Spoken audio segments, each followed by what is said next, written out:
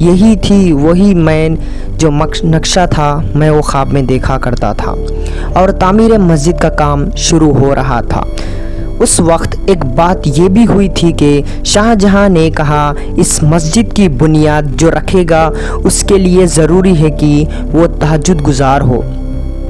بالغ ہونے سے لے کر آج تک جس کی کوئی تہجد مس نہ ہوئی ہو، بالغ سے لے کر آج تک جس کی کوئی پہلی تکبیر نہ چھوٹی ہو، بالغ ہونے سے لے کر آج تک جس کی کوئی عصر اور عشاء سنت اور سنت موقدہ بھی نہ چھوٹی ہو، وہی اس مسجد کی بنیاد رکھے گا، کیونکہ یہ مسجد میرے لیے نجات کا ذریعہ ہوگی۔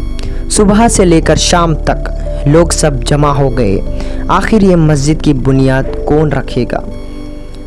سب علماء بھی سوچنے لگے آخر وہ انسان کون ہوگا جو اس مسجد کی بنیاد رکھے گا۔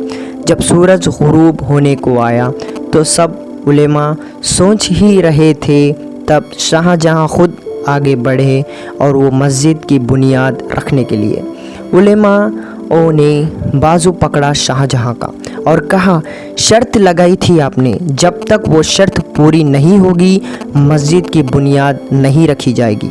شاہ جہاں کے آنکھوں میں آنسو تھے اور کہنے لگے الحمدللہ، بالغ ہونے سے لے کر آج تک میری کوئی تہجد نہ چھوٹی، کبھی میں نے تکبیر ترک نہیں کی، اور میں نے میری عصر اور عشاء کی غیر مقدہ بھی کبھی نہیں چھوٹی۔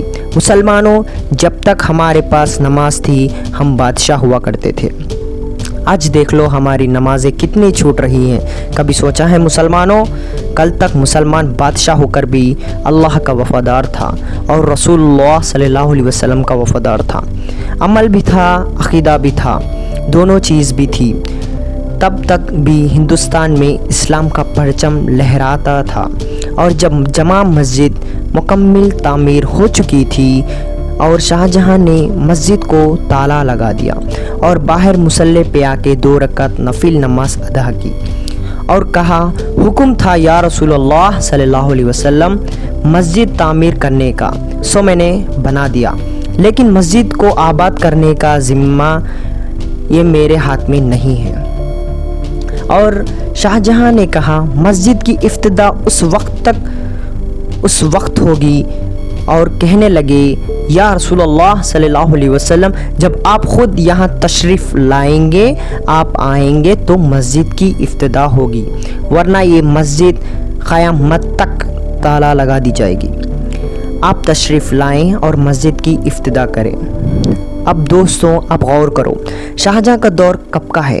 حضور صلی اللہ علیہ وسلم کے پردے فرمانے کے تقریباً 1200 سال کے بعد کا دور تھا شاہ جہاں کا، لیکن شاہ جہاں کا عقیدہ یہ ہے حضور آج بھی زندہ ہے۔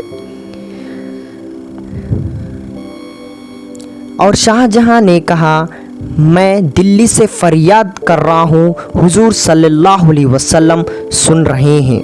یہ عقیدہ بادشاہ شاہ جہاں کا تھا، اور کئی دن بیت گئے اور کئی دن بعد جمعے کے دن شاہ جہاں نے خواب دیکھا کہ حضور صلی اللہ علیہ وسلم مسجد کے اندر اترنے کے بعد حضور صلی اللہ علیہ وسلم نے بیٹھ کر وضو کیا، اور وضو کرنے کے بعد حضور صلی اللہ علیہ وسلم نے نماز ادا کی، اور بادشاہ شاہ جہاں کی آنکھ کھلی اور شاہ جہاں نے علماء اور سپاہیوں کے ساتھ لال قلعے کے راستے سے جامع مسجد آئے، اور شاہ جہاں نے جمعے کی نماز سے مسجد شروع کرنے کا حکم دے دیا۔